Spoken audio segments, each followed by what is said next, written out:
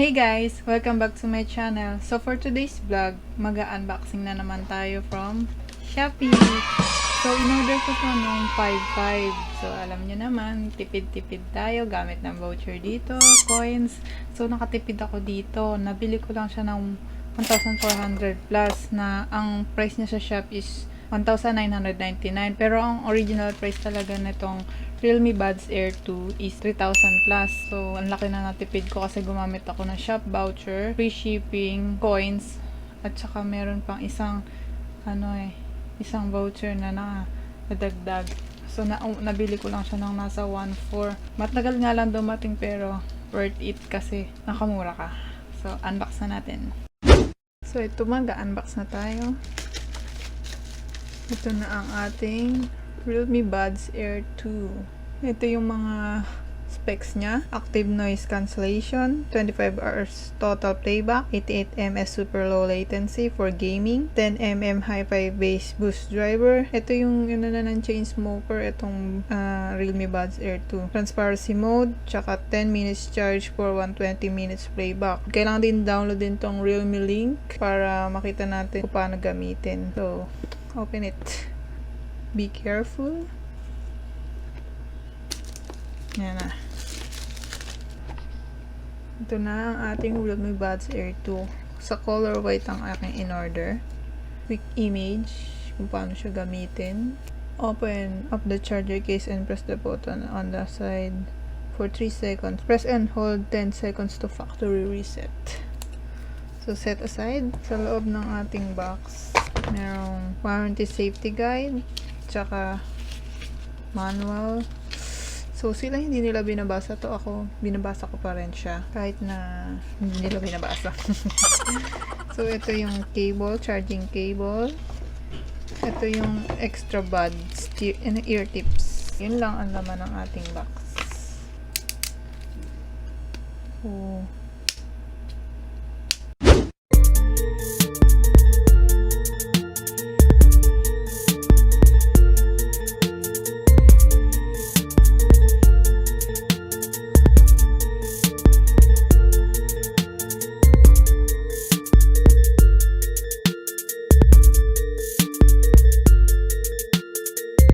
So, ayun. Tapos na tayo mag-montage. So, try natin siya i-connect dito sa aking tablet kasi gamit ko yung cellphone ko ngayon. So, let's try.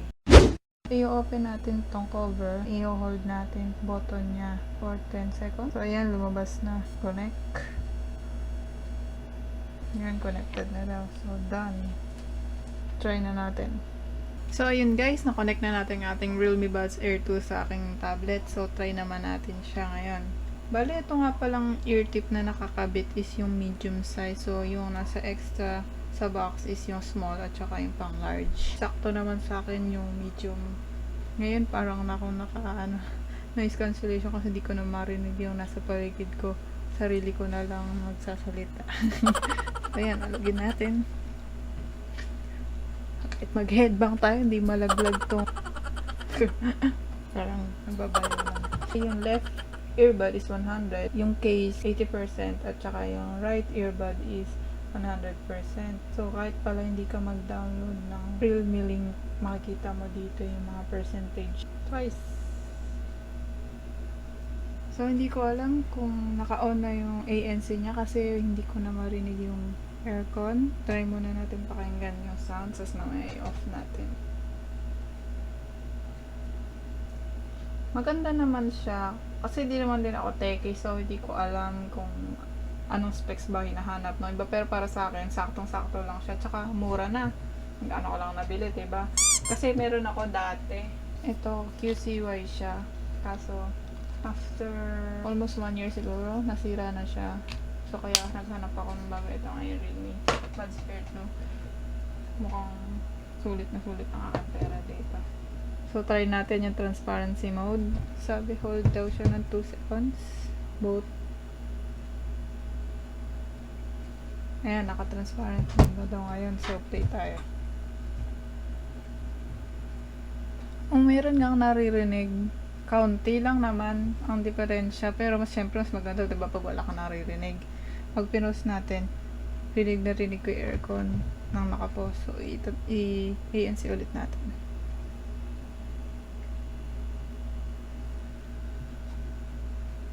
Yan, naka-noise cancelling na ako. Hindi ko na ulit marinig yung aircon at nakapos yung music. Maganda.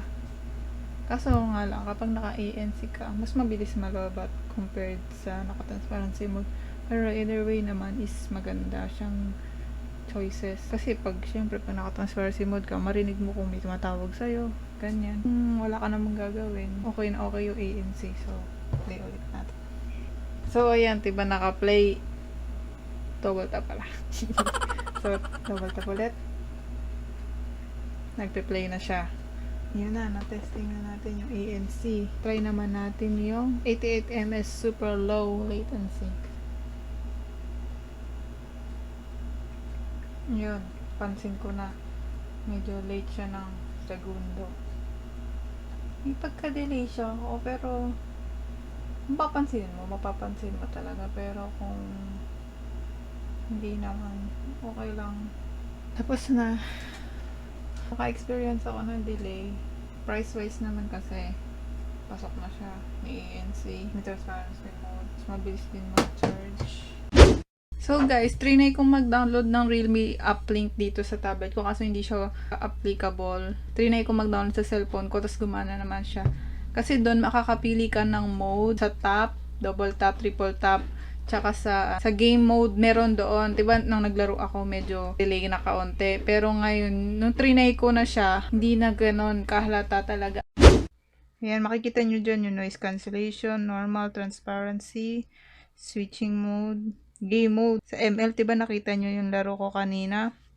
Hindi ako naka-game mode on nun kasi wala akong app sa tablet. So, meron dong delayed. Pero nito, nung trinay ko naman naka-game mode on na. Okay na yung game niya. Konti na lang yung delay. As in, konting-konting hindi mo na mapapansin. Hindi katulad kapag naka-off to. May binili pa akong kasabay nito. So, yung case, nauna pa ang dumating. So, syempre, ayaw naman natin masira. Ito, Mickey Mouse pinili ko. So, dito, shoot nyo lang. Tingnan natin kung fit.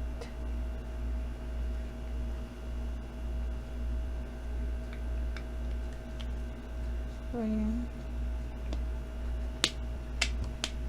Ayan siya pag in-open.